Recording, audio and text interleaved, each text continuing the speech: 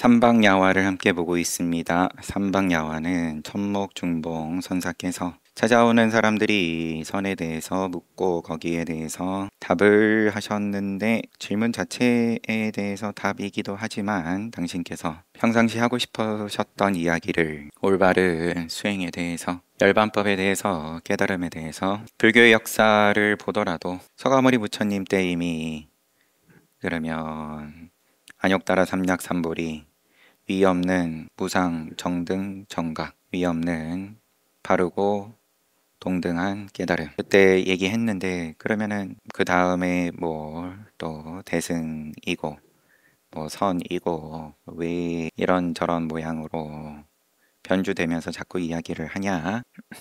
그건 결국은 이제 중생의 한계인 거겠죠. 아라한을 이야기하면서 근본 불교에서 곧바로 그러면은 깨달음에 들어가든지, 아니면 부족하면 부족한 대로, 깨닫지 못했으면 못한 대로 그러면 시절을 기다리든지. 근데 모양을 쫓으면서, 모양을 추구하면서 단계를 만들어서 그걸 가지고 모양을 벗어나는 수행인 걸로 착각을 한다. 그러다 보니까 방편으로서 성문에 대해서, 아라한에 대해서 이제 부정을 하는 이제 그런 모양도 쓰기도 하고, 그러면서 보살을 얘기를 하지만, 아니면은 지금 우리가 보고 있는 여기 삼방야화에서 천목 스님께서 그러면 선은 그냥 직지의 선이다, 바로 마음을 가리키는 달마 스님의 선이면은 뭐 그걸로 끝이지 뭘 더 갖다 붙이냐, 보살도 붙일 것도 없다, 뭐 달리 말하자면 이제 그런 입장으로서 지금 우리가 법문하신 걸 보는 중입니다. 객승이 또 질문하였다. 옛사람과 요즘 사람들이 참선할 때 마음 씀씀이가 다릅니까, 같습니까? 제 앞에 질문들하고 이어서 나온 질문이니까 갑자기 뜬금없이 옛사람 지금 사람 뭐 그런 게 나온 건 아니기는 하겠지만, 굳이 뭐 앞으로 거슬러 가봤자 달라질 것도 없고, 옛날 사람들은 수행을 그러면 정직하게 올곧게 바르게 했는데 요즘 사람들은 잘 못하는 겁니까? 그런 질문이 될 수도 있고, 나는 말했다. 옛사람이 도를 배울 때는 도를 얻을 것인가 얻지 못할 것인가에 대해서는 조금도 의심하지 않았습니다. 직전에 물었던 내용이, 이 이름 모를 객승이 물었던 게, 그러면은 점수로서 평생 했지만 깨닫지 못하더라도 향후 세계에서 다음 생에는 그래도 뭔가 될 수 있을까요? 간단하게 얘기를 하면, 깨닫지 못한 것에 대해서 그러면은 아무 성과가 없는데 평생 열심히 했는데, 시키는 대로 화도 들고 선수행 했는데 깨닫지 못했다. 그러면은 손해 아니냐, 한 생을 통째로 버리는 거 아니냐.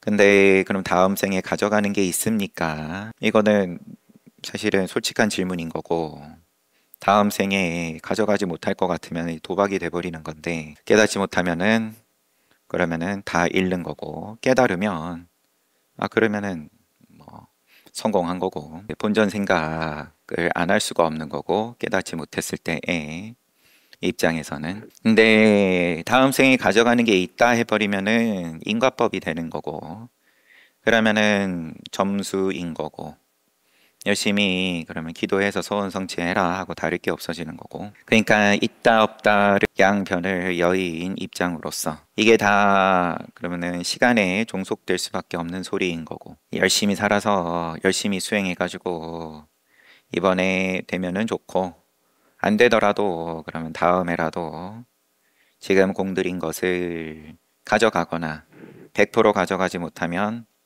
뭐 일부 세금은 띄더라도 조금은 그래도 좀 가져갈 수 있으면, 그래 그런 거라도 있을 것 같으면 제가 한번 열심히 해보겠습니다, 그런 질문일 텐데, 선지식의 방편이고 선지식의 힘인 거죠.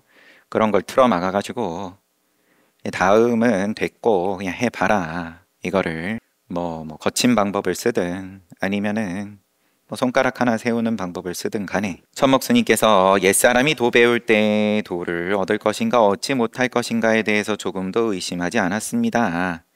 그렇지만 요런 소리도 다 앞에 앉아있는 객승을 위한 소리다. 옛사람이라고 어디 그러면은 생명에 대해서 두려움이 없었겠냐. 다리가 문턱을 넘기 전에 도적질하는 마음을 단번에 잘라서 다시는 그 마음이 생기지 않도록 했습니다. 선지식이 그렇게 인도를 하고 또 도를 구하는 입장에서도 생사 문제를 해결하려는 간절한 마음으로 왔을 것 같으면 다리가 문턱을 넘기 전에 방장실 문턱을 넘기 전에 이미 밖에서 입장 정리 다 하고 이럴까 저럴까 하는 거 없이 나는 그러면은 오직 이 1대4 인연 이거 하나만을 위해서 왔다.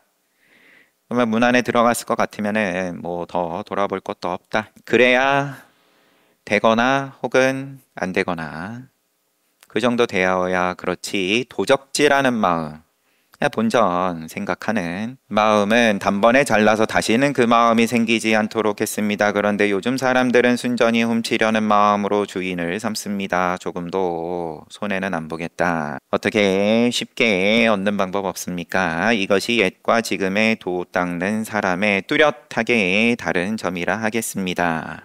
아니면 거꾸로 180도 다르게 예나 지금이나 희유한 일이다. 이런 마음을 낼 수 있는 인연은 그렇게 얘기하면 또 어떻게 할 거냐. 이렇게 얘기하든 저렇게 얘기를 하든 그러면은 찾아온 사람을 이익을 줄 수 있냐. 생사란 도대체 무엇이겠습니까? 훔치려는 이 마음이 바로 생사입니다. 나는 성실하게 수행하고 거저먹겠다는 게 아닙니다. 성실하게 수행하려는 마음을 내겠다는 뜻에서 이번 생 열심히 하고 안 되면은 그러면 다음 생을 기약을 하고 그런 질문을 한 건데 그게 왜 훔치려는 마음입니까?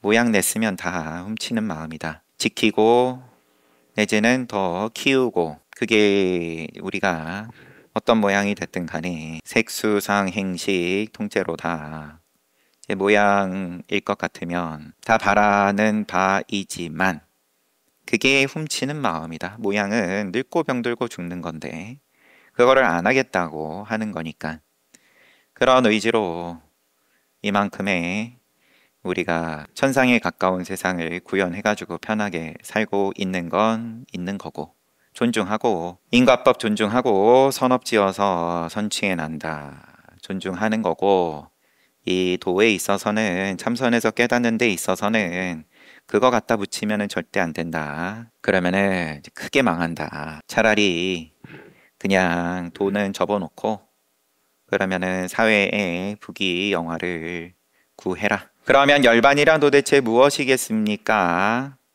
생사는 훔치려는 마음이 생사인 거고 인과법인 거고 열반은 뭐냐? 훔치려는 이 마음이 완전히 없는 것이 바로 열반입니다. 모양을 일으키지 않는 것이 의도를 색수상 행식을 일으키지만 않으면은 그러면은 안 훔치는 거고 그게 또 열반이고 그대를 위해 비유를 들어 보이겠습니다. 생사는 큰 병이며 병이다. 다르게 얘기하면 중생은 병이다. 인간은 병이다. 인간이 마땅히 인간이 누려야 할 권리 뭐라 이야기하는 건 세상의 윤리에서는 그러한 거고 그렇지만 늙고 병들고 죽는 게 싫잖아. 괴롭잖아. 그럼 병이지. 불조가 말씀하신 가르침은 훌륭한 약입니다. 벗어날 수 있다. 깨달음을 통해서. 훔치려는 마음은 약에 의해서 치료되고 생사의 큰 병은 생사라는 큰 병은 불조의 언교로 치료되는 것입니다. 말씀과 가르침으로 치료된다. 이 점에 있어서는 고금이 옛과 지금이 다를 바가 없다. 그러므로 생사의 큰 병은 치료되지 못할 이유가 전혀 없습니다. 다른 점이 있다면 옛사람들은 순수하게 약을 복용했기 때문에 신통한 효험을 보았고, 요즘 사람들은 어떻게 된 것이 약을 다 복용하지 않았는데도 계속해서 약을 먹으려 하지 않습니다. 수행을 도를 곡해 해가지고 이제 말을 쫓고 헤아림을 쫓고 모양을 만드는 걸 쫓아가 버린다. 부처님 말씀을 가지고서 약을 먹지 않는다. 그러므로 병을 치료하지 못할 뿐 아니라 다른 질병까지 유발시킵니다. 이렇게 되면 아무리 빼어난 의사라도 손을 댈 수 없습니다. 답이 없다. 그렇다면 무엇을 훔치려는 마음이라 하겠습니까? 생사가 내지는 이렇게 요즘 사람들이 곡해하는 것이 무엇을 훔치려는 마음이라 하겠습니까? 일란지.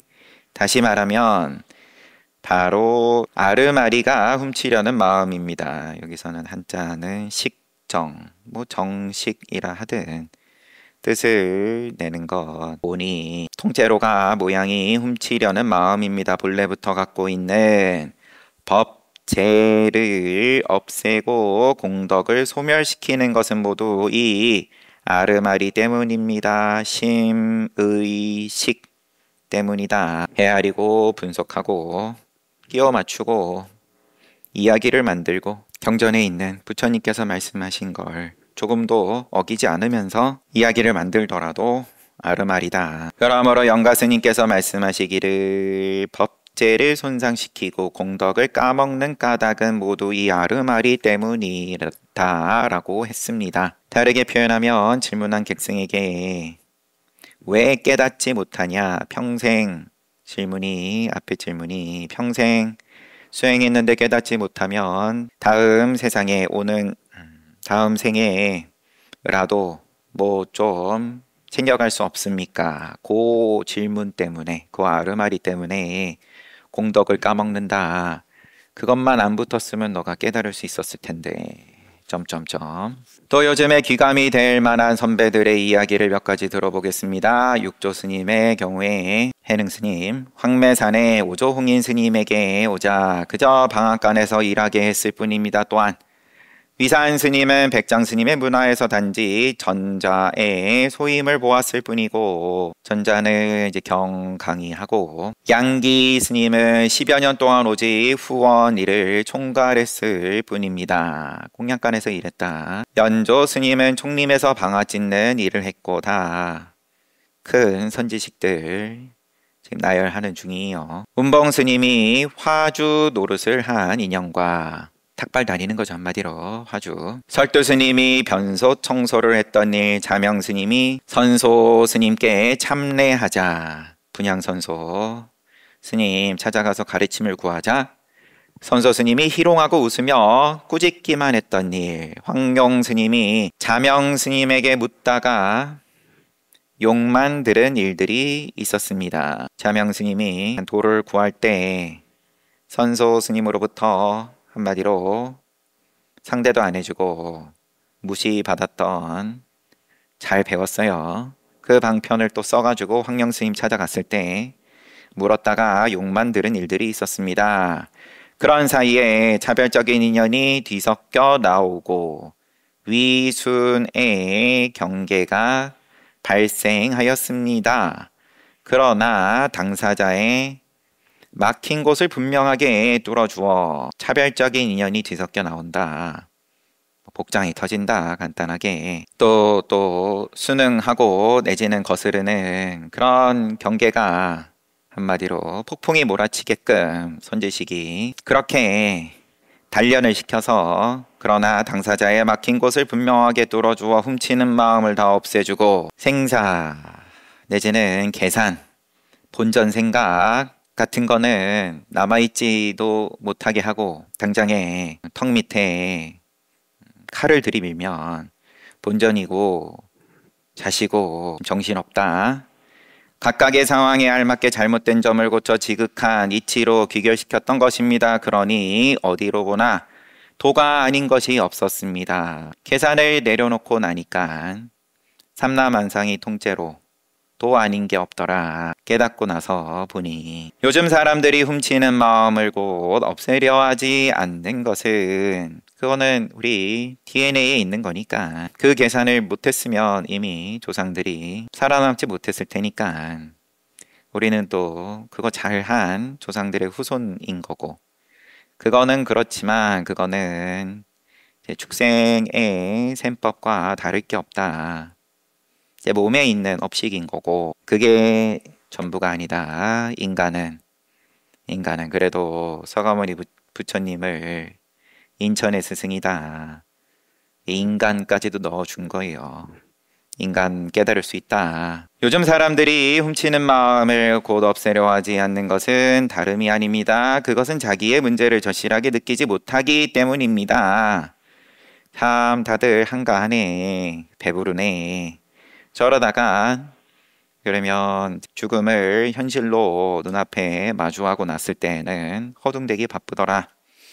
몸은 공적한 도량에 있지만 마음은 취사의 세계에 그대로 있기 때문입니다. 천상을 구현했으니까 지금 천목스님 1263년부터 1300 언제까지 23년이었나? 이 시절에 비하면 지금은 훨씬 우리는 더 풍요로운 세상에 사니까 걱정이 없다. 당장 나가서 사냥을 하든 남의 호주머니를 훔치든 그럴 걱정은 안 하니까 몸은 공적한데 마음은 계속 계산기가 쉬지를 못하고 이런 무리들이 절집을 지키고 있으니 옛사람과 우열을 비교한다면 하늘에서 쓰는 갓과 땅에서 신는 신처럼 서로 비교가 되지 않습니다.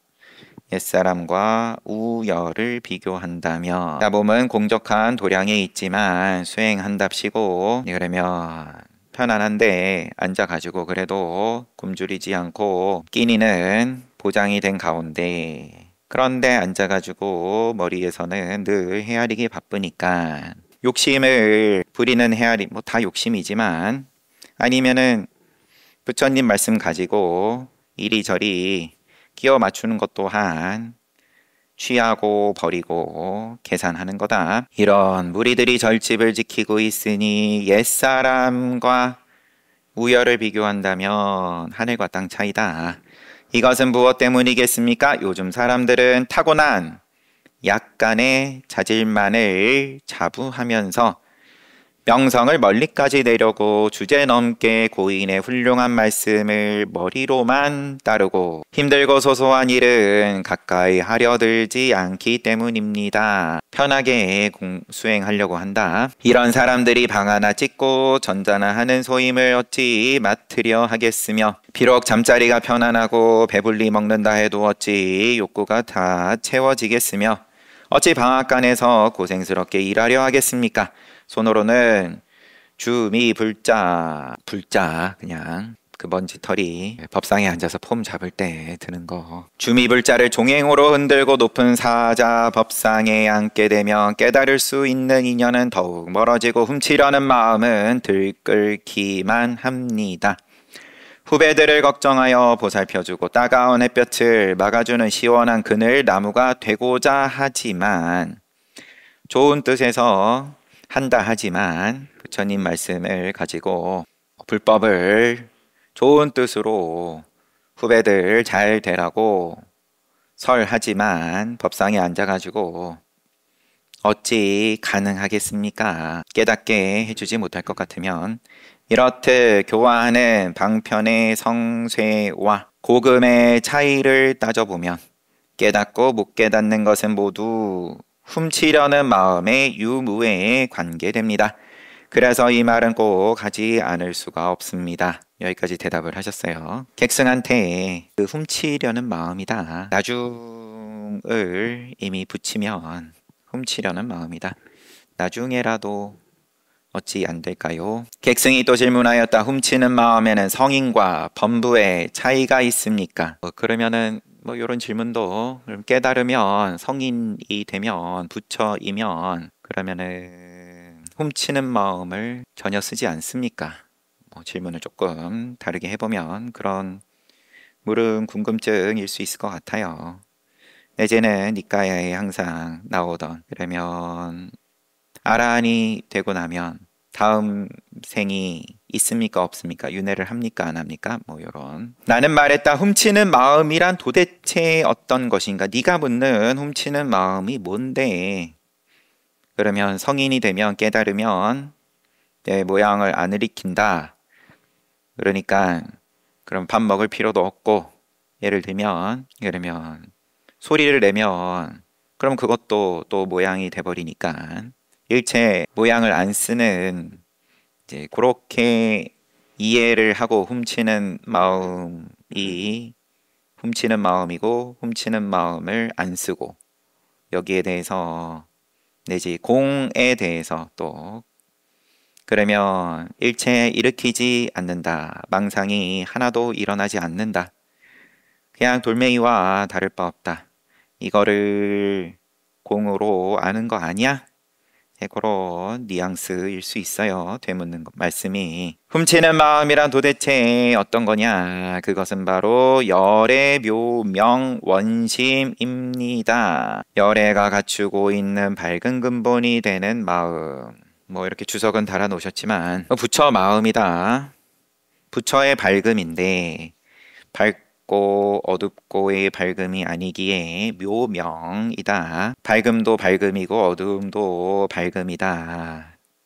그런 밝음은 뭡니까? 라고 객승이 다시 묻고, 그러면 깨달을 수 있는 인연으로 나아갈 수도 있었겠지만, 그러나 도를 구하겠다는 뜻이 진실되고 간절하지 못하여, 진실하지 않고 간절하지 못해서 허망에 가리운 것이 계속되어, 가린 줄 모르고 가려 있으니까 깨닫기 전에는 이제 모를 수밖에 없는 거고, 또 훔치는 마음이 된 것뿐입니다. 본래 부처 마음인데 훔치는 마음 따로 있고, 그러면 색 따로 있고 공 따로 있어서가 아니라 본래 공인 가운데 작용하면 색인 거고, 공으로 작용하면 또 공인 거고, 이래도 작용이고 저래도, 이래도 부처 작용이고 저래도 부처 작용인데, 알고 작용하냐 모르고 작용하냐, 모르고 작용하면 늘 괴로운 거고, 얼마짜리인지 모르고 작용해 놓고 청구서 날라오면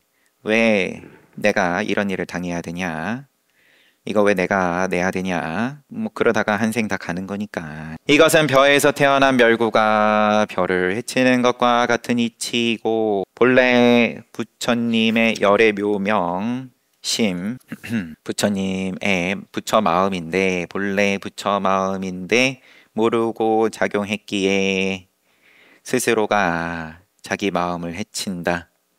본래 부처 마음이니까 해치고 해쳐지고 할 것도 없지만, 손상이 되고 할 것도 없는 거지만, 자기가 모양 만들어 놨으니까 감수해야죠. 늙고 병들고 죽는 일은.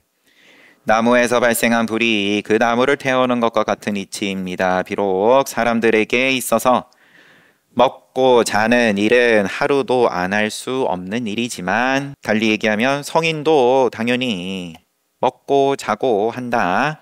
어쩌다 안 할 수도 있습니다. 그러나 도를 구하겠다는 생각이 진실하고 간절하면 하루라도 중지하는 일이 불가능하지 않겠습니까? 이것은 먹고 살기 위해 다른 사람의 천한 일을 대신하는 것과 같습니다. 비유가 우선은 좀 보고 다시 이야기하겠습니다. 비록 하루 종일 몸이 피곤하고 괴롭다 하더라도 마음은 조금도 꺼려하거나 싫어하지 않습니다. 눈곱만 치라도 제대로 하지 못한 부분이 있으면 그때마다 주인에게 매를 맞고 욕을 먹어도 전혀 기분 나쁘지 않습니다.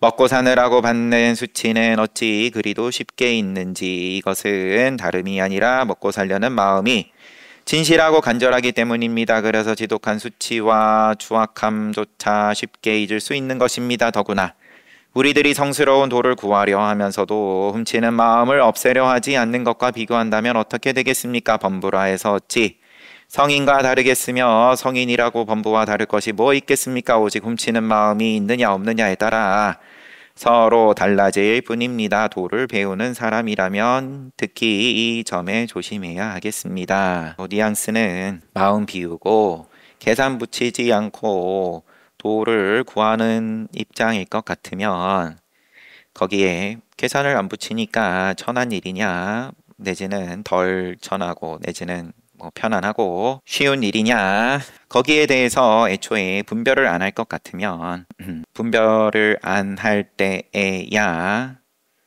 뭐 이제 도를 논할 수 있다 정도의 비유로 보이고요. 객승이 또 질문하였다. 공부를 하면 정신이 혼미해지고 마음이 산란해져서 장애가 됩니다. 혼미해지고 산란해지고 혼침과 산란심. 그러므로 이것을 온 힘을 다해 물리치려 해도 잘 되지 않습니다. 근기와 능력이 미치지 못해 그리 된 것이 아닌지요. 몸이 있으니까 혼미해지는 거고, 또 색이 본래 그러한 거고, 또 수상행식이 또 본래 산란한 거고, 잘 살아있네. 돌멩이가 아니네. 나는 말했다. 천목스님께서는 근기와 능력이 부족해서 수행을 잘 못하는 거 아닙니까? 그러니까 아닙니다. 정신이 혼미해지고 마음이 산란해지는 것 그대로가 본래의 면목이라는 것을 알아야 합니다. 본지풍광임을 알아야 합니다. 본래의 면목과 혼침 산란은 본래 둘이 아닙니다. 색을 때려잡아서 공을 만드는 게 아니다. 그대가 정신이 혼미하고 산란한 것을 떨쳐버리려 하지 않아도 내버려둬도 그것들은 본래 자성도 없고 실체도 없는 것이어서 저절로 소멸할 것입니다. 이것은 참선하는 사람의 생각이 진실하고 간절하지 않기 때문에 잠시 생기는 것입니다. 어차피 모양이다. 모양은 유통기간이 있고 다 잠시다. 애초에 도를 구하는 이유가 이 잠시라는 유통기간, 늙고 병들고 죽는 이거를 내가 어떻게 해서든지 한번 자유로워지겠다. 그런 뜻에서 생사, 대사에 뛰어든 건데, 그런데 또 다른 잠시를 붙잡고 씨름을 하면 그게 되겠냐. 단지 이거 붙잡고 씨름하다가 저거 붙잡고 씨름하는 거에 불과한 건데, 이쪽 늙고 병들고 죽는 거에서 벗어나겠다고 또 다른 늙고 병들고 죽는 거 붙잡고 빠져 지내는 건데, 이것은 참선하는 사람의 생각이 진실하고 간절하지 않기 때문에 잠시 생기는 것입니다. 명심해야 할 것은 한 생각 진실하고 간절하지 못하면, 한 생각 진실하지 못하고 간절하지 못하면 곧 그런 생각을 따라 정신이 혼미해지고 마음이 산란해지는 겁니다. 그 다음 생각이 진실하고 간절하지 못하면, 그 다음 생각이 안 진실하고 안 간절하면 그 즉시 그 생각을 따라 또 다른 혼침, 산란이 일어납니다. 꼬리에 꼬리를 물고. 그러나 백천의 생각이 모두 간절하고 진실하다면 결국 혼침과 산란은 들어올 곳이 없습니다. 혹 최후의 한 생각이 조금이라도 간절하고 괜히 시비 안 하겠습니다. 묶어서 간절 진실 하지 못하면 그 즉시 그 일념을 따라 혼침과 산란은 일어나는 것입니다. 같은 말 반복이에요. 그 즉시 만일 최초의 일념부터 간절하고 처음 마음부터 간절하고 진실해서 심화가 피어날 때까지 그 마음이 끊어지지 않는다면, 이거는 뭐 깨달음의 마음인 거겠죠. 심화, 꽃화자예요. 혼침이니 산란이니 하는 것들은 자취조차 찾아볼 수 없을 것입니다. 처음부터 문턱을 넘기 전부터 이미 훔치는 마음 다 정리하고 본전 생각 같은 거 안 붙이고, 그래도 그렇게 뛰어들어도 또 하다 보면 몸이 괴로우니까 자꾸 요 정도면 충분히 한 거 아닌가. 집에서 누군가 찾아주기만 하면은 얼른 좋을세라 이때다 하고는 저는 더 하고 싶었는데 사정이 생겨서 어쩔 수 없네요 하면서 벌떡 일어나는 거죠. 도를 구하는 생각이 진실하고 간절하지 못한 것은 탓하지 않고 혼침과 산란이 참선의 장애가 된다고 탓하는 자들이 있습니다. 도를 구하는 생각이 진실 안 하고 간절하지 않고 그러한 것을 탓하지는 않고, 즉 자기 마음이 굳건하지 못한 것을 돌아보지는 못하고 혼침 때문이다, 산란 때문이다, 그래서 나는 인연이 없나 보다 하고 물러서 버린다. 참선의 장애가 된다고 탓하는 자들이 있습니다. 이것은 마치 어두운 방에 있으면서 물건의 모습을 확실하게 보지 못한다고 자기 눈을 탓하는 자와 다를 것이 없습니다. 깜깜해서 안 보이는데 비유입니다. 내가 눈이 나쁜가 보네. 또 진실하게 수행하는 사람이 혼침과 산란을 느낀다면 이것은 잘못입니다. 진실하게 수행하는 사람이 혼침 산란 느끼면 잘못이다. 뭐가 잘못인지. 그렇다고 이 혼침과 산란을 물리치려 애쓰는 것도 잘못입니다. 그러니까 진실하게 수행하는 입장에서 혼침이 오고 내지는 잡생각이 이거저거 너무 많이 들고 아니면은 감정이 막 솟구치고 그러면은 그거를 안 쫓아가기가 힘들죠. 대부분 무시를 못하죠. 그럼 거기다가 무슨 수행을 하고 있었든 간에 수행은 이제 뒷전이 돼버리는 거고, 일어난 것에 대해서 혼침이든 산란이든 그렇게 하는 게 잘못이다. 그렇다고 이거를 때려잡은 다음에 물리친 다음에 다시 열심히 수행해야지. 그거 잘못이다. 또 설사 혼침과 산란을 물리쳐 눈앞이 깨끗해졌다 하더라도 나는 물리치려고 했는데 성공했다. 이것은 잘못된 가운데 더 잘못을 저지르는 짓입니다. 때려잡아서 밝히는 쪽으로 수행하는 것은 모양을 쫓아가는 거기에 선정신통으로 빠진다. 더구나 혼침과 산란이 본지품강이라는 것을 옳다고 생각해서 없애지 말라고 했으니까 그러면 요거 옳다. 하루 종일 망상과 한덩이가 되어 뒹굴며 지낸다면 그 잘못은 더 말할 나위가 없습니다. 그러면 동그라미도 아니고 꽃표도 아닌데 어쩌라는 말이냐. 객승이 또 질문했다.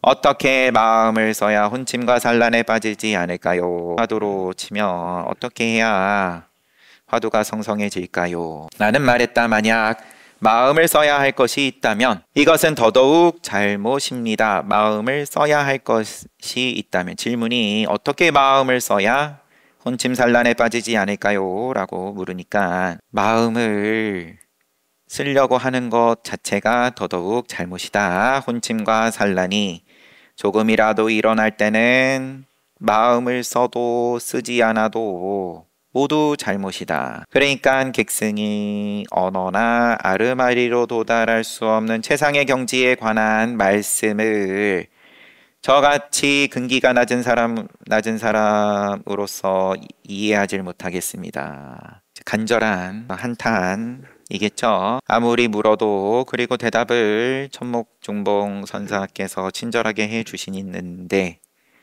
아무리 들어도 무슨 말인지 모르겠습니다. 동그라미도 아니고 동그라미도 잘못됐다 그러고 꽃표도 잘못됐다 그러면 어쩌란 말입니까? 나는 말했다. 그래도 조금 남아서 마저 보겠습니다. 도를 배우는 데 있어서 무엇보다 자기의 진실한 마음자리를 깨달아야 합니다. 도를 배움에 수행함에 있어서 자기의 진실한 마음자리를 깨달아야 한다. 진실한 마음자리를 이미 깨달았다면 부처 중생이 서로 다르지 않다. 경계가 높다 낮다 하는 것도 본래 없는 거다. 다만 그대가 혼침과 산란을 알아차리지 못했기 때문에 걸핏하면 그것의 미혹에 빠지는 것입니다. 이렇기 때문에 굳이 말로 혼침산란에 대해서 여기까지 얘기했지만 이것 또한 그저 말이다. 이렇게 말해도 저렇게 말해도 지금 어떻게 혼침산란 없앨 수 있습니까?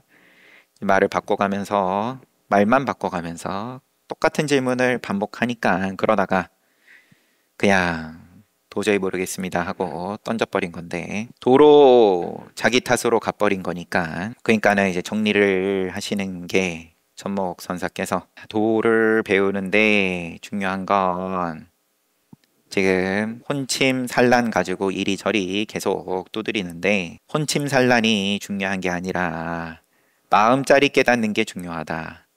이미 깨달았을 것 같으면은 부처 중생을 구분할 필요가 없는데 부처 중생조차 구분할 필요가 없는데 그러면 혼침이고 혼침 아니고 산란이고 산란 아니고 그거를 따질 일이 뭐가 있겠냐.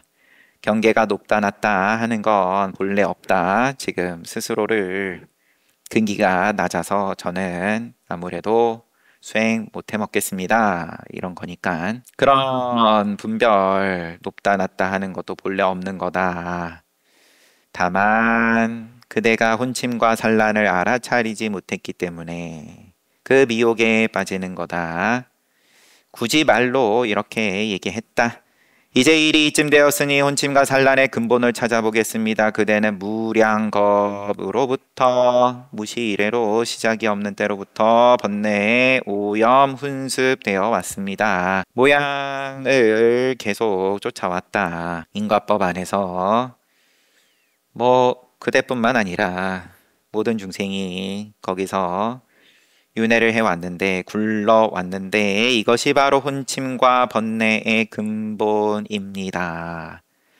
또한 그대가 지금 물질을 보고 소리를 들으며 보고 듣고 바깥 대상 세계를 인식하고 또 애, 증, 취, 사, 애의 감정이 좋아하고 싫어하고 취하고 버리고 하는 감정, 수, 들쑥날쑥 일어나는 것도 역시 혼침과 산란의 근본입니다. 또한 그대가 최초의 일념에서 생사를 초월하려 한 것이 또 깨닫겠다라고 마음 낸 것도 또한 혼침과 산란의 근본이고 참선하여 도를 배우려는 것이 혼침과 산란의 근본이고 부처가 되고 조사가 되려는 것이 혼침과 산란의 근본이고 위없는 대보리를 구하여 열반으로 나아가기를 바라는 것이 혼침과 산란의 근본입니다. 모양 일으킨 건 다 그럼 혼침이고 산란이지. 이런 모양은 때려잡고 이런 모양은 이뻐하고 그게 괴로움의 근본인데 시비하려고 치면 그러면 숨쉬고 심장 뛰는 것도 다 때려잡아야 되는 판에 그게 다 혼침과 산란의 근본인데 모양의 근본인데 나아가서는 세간 혹 출세간의 갖가지 가르침 중에 간직한 털끝만한 아르마리도 혼침과 산란이 아닌 것이 없습니다. 보살심을 일으킨 건 그럼 혼침과 산란 아닐 것 같냐? 가령 이러한 혼침 산란의 근본이 소멸되어 버렸다면 삼천대천세계 어느 곳에서도 혼침과 산란은 털끝만치도 찾아보기 어려울 것입니다. 혼침과 산란이 없을 뿐만 아니라 진여인 실제도 없습니다. 때려잡을라 치면 다 때려잡고 나면 돌멩이밖에 안 남는데 성인은 깨닫고 범부는 미혹한 이유가 무엇이겠습니까? 한가하게 아르마리로 따져서 조사에 깊은 마음을 헤아려서는 안 될 것입니다. 그 마음 그것만 쉬어라. 혼침산란은 악이고 악을 어떻게 없애고 악을 없애서 그러면은 보리, 열반 요거는 선이고 그러면 너가 여태까지 무량겁 동안에 살아오면서 써온 그 공식을 계속 쓰겠다고 들이미는 건데 그것만 한번 쉬어봐라.